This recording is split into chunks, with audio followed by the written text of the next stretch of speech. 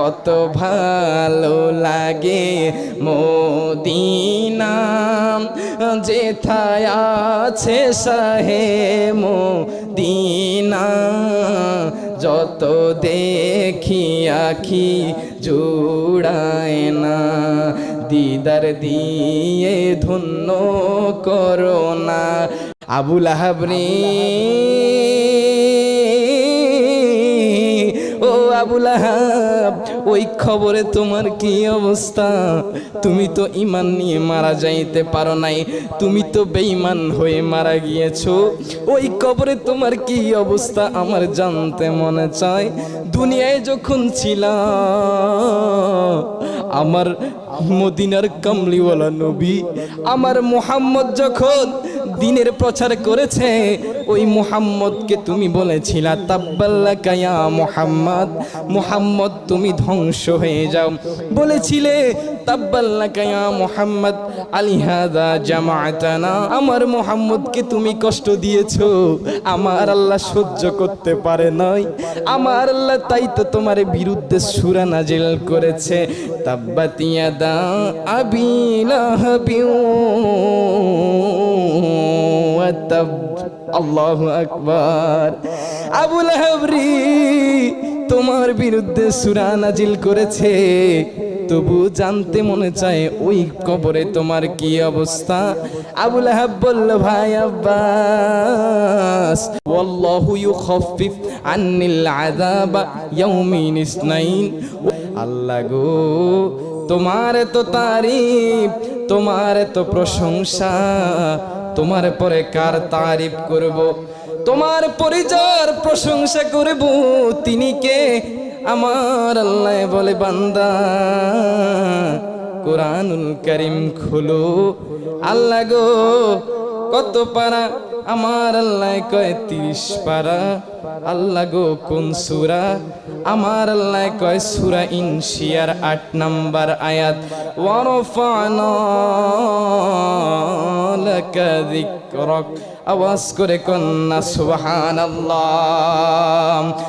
পৃথিবীর প্রথম ঘর কোরআনেতে বাঁকা, বন্ধুর নামের মিম দ্বারা করেছেন মক্কা।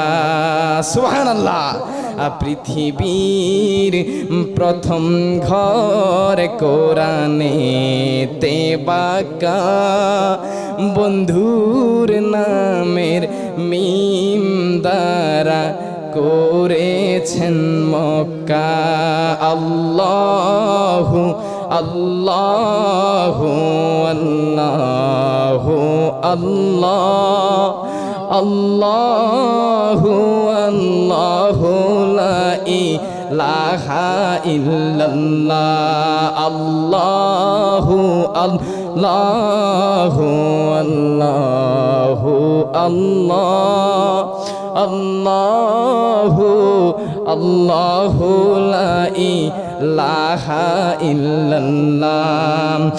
মিলাদুন নবীর মাসে তে হাবিব পাঠাইলা, সব নবীদের নবী মোদের কামলিওয়ালা।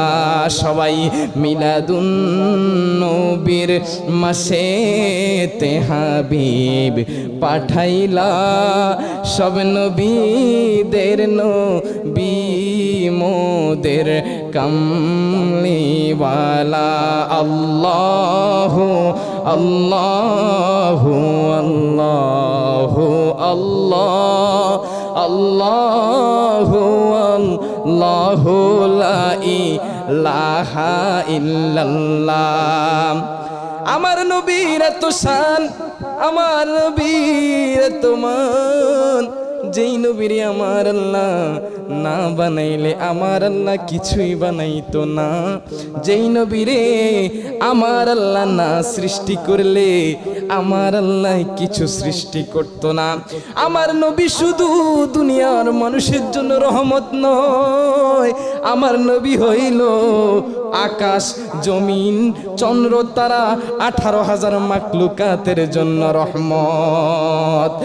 আল্লাহ তাআলা কুরআনুল কারীমের মধ্যে বলেছে, ওয়ামা আরসালনাকা ইল্লা রাহমাতাল লিল আলামিন।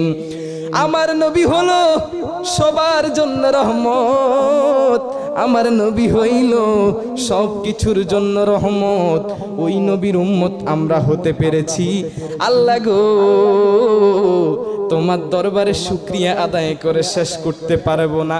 ওই নবীর উম্মত হওয়ার জন্য কত নবী কেঁদেছে, ওই নবীর উম্মত হওয়ার জন্য কত নবী আল্লাহর দরবারে ফরিয়াদ করেছে।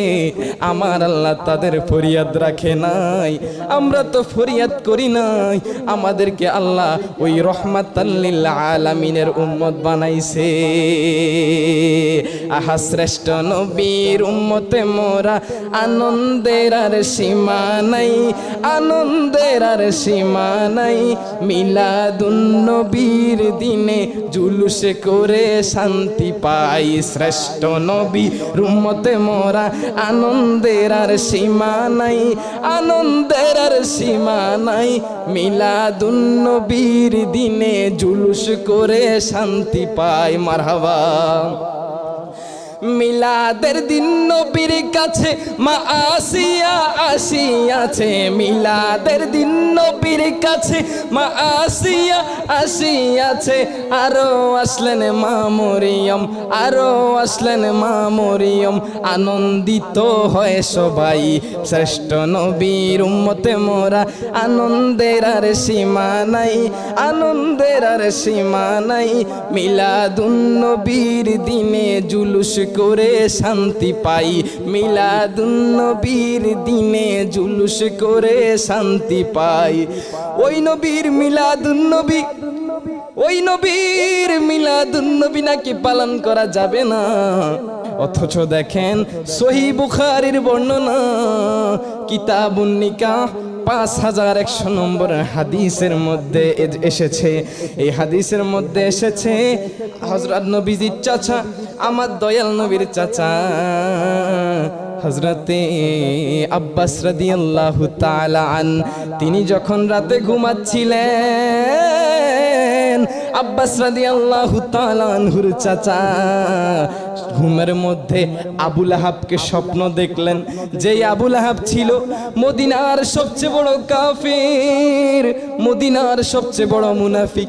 যেই আবু লাহাব আমার নবীকে অনেক কষ্ট দিয়েছে, যেই আবু লাহাব আমার নবীকে অনেক শাস্তি দিয়েছে, আমার নবীকে অনেক কষ্ট দিয়েছে, সেই আবু লাহাবকে স্বপ্ন দেখলেন নবীজির চাচা আব্বাস রাদিয়াল্লাহু তাআলা আন।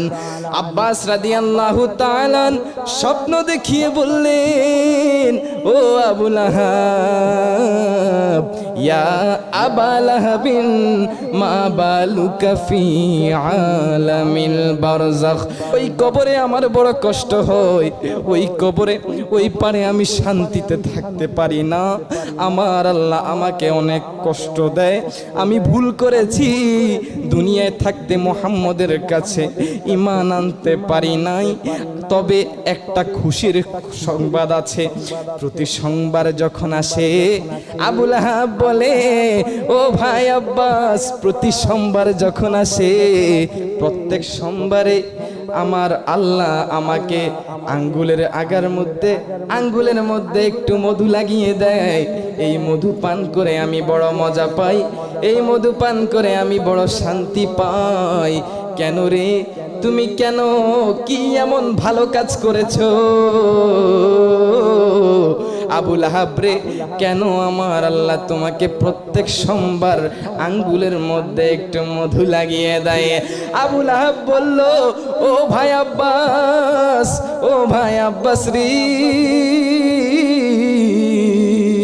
আব্বাস আমার ভাতিজা মোহাম্মদ যখন আব্দুল্লাহর ঘরে এতিম সন্তান জন্ম হয়েছে, আমি বড় খুশি। আমি যখন জানতাম না, আমার দাসী সুয়াইবা আমার নিকট আসলো। আমার নিকট আসার পরে আবু লাহাবের কাছে বলল, আবু লাহাব রে, একটা খুশির সংবাদ আছে, একটা খুশির খবর আছে। কি খুশির খবর বলো না? সুয়াইবা বলল, তোমার ভাই আব্দুল্লাহর ঘরে একটা ফুটফুটে সুন্দর সন্তান জন্ম হয়েছে। এত খুশির সংবাদ আমাকে আমার ভাই দিয়েছে, আমাকে সুয়াইবা দিয়েছে। আমি খুশি হয়ে সুয়াইবাকে আঙ্গুল দেখিয়ে বললাম, সুয়াইবা রে যাও, তোমাকে আমি মুক্তি করে দিলাম।